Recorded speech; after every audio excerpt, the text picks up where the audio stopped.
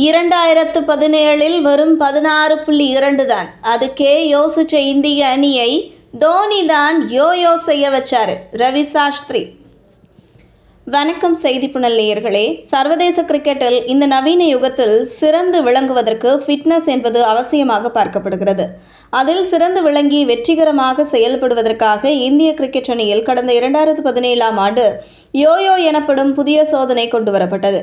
வேகமாக ஓடுவது போன்ற பல்வேறு கடினமான சோதனைகளை கொண்ட அந்த சோதனையில் தேர்ச்சி பெறும் வீரர்களுக்கு மட்டுமே இந்திய அணியில் இடம் கிடைக்கும் என்ற நிலைமையும் உருவாக்கப்பட்டது.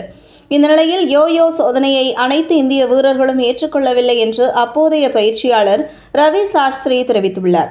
அந்த காலகட்டத்தில் புதிய கேப்டனாக இருந்ததால் முக்கிய சீனியர் வீரர்களை விராட் கோலியால் சம்மதிக்க வைக்க முடியவில்லை என்றும் அவர் கூறியுள்ளார்.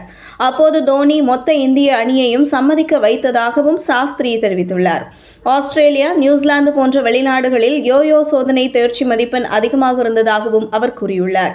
ஆனால் இந்திய அணியில் புதிது என்பதால் 16.2 என்ற குறைந்த மதிப்பை வைத்திருந்த முக்கிய வீரர்கள் எதிர்ப்பு தெரிவித்தது ஆச்சரியமாக இருந்ததாகவும் ரவி சாஸ்திரி தெரிவித்துள்ளார். இது பற்றி அவர் சமீபத்திய பேட்டியில் பேசியது பின்வருமாறு: எங்களுடைய அணியை அதற்கு சம்மதிக்க வைக்க பெரிய முயற்சி தேவைப்பட்டது. ஏனெனில் எங்கள் அணியில் இருந்த நிறைய வீரர்கள் அந்த தேர்வில் தேர்ச்சி பெறுவோமா என்ற உறுதி இல்லாமல் இருந்தார்கள். அவர்கள் மகத்தான வீரர்களாகவும் இருந்தனர். ஒரு அணியில் இயற்கையான திறமையை கொண்ட மேட்ச் வின்னர்கள் இருக்க வேண்டும் என்பதே உங்களுடைய எதிர்பார்ப்பாக இருக்கும். எனவே சிறந்தவர்களை தேர்ந்தெடுப்பது கேப்டன் மற்றும் பயிற்சியாளரின் வேலையாகும். அதனால் ஒன்று ஃபிட் ஆகுங்கள் அல்லது பைக்கில் ஏறி செல்லுங்கள் என்பதே அணிக்கு எங்களது பொதுவான செய்தியாக இருந்தது. அந்த சூழ்நிலையில் ஒரு மீட்டிங்கில் சரி, தற்போது அனைவரும் இந்த சோதனையை செய்வோம் என்று MS தோனி எங்கள் அணியில் வெளிப்படையாக கூறினார். இலங்கையின் தம்புலாவில் நடைபெற்ற அந்த தொடரில் தோனி கேப்டனாக இல்லை, விராட் கேப்டனாக இருந்தார். அது பெரிய யோயோ கிடையாது. 16.2 மட்டுமே. நியூசிலாந்து 19, ஆஸ்திரேலியா 18 கொண்டிருந்த நிலையில் நாங்கள் வெறும் 16.2 மட்டும் போதும் என்று முடிவெடுத்தோம்.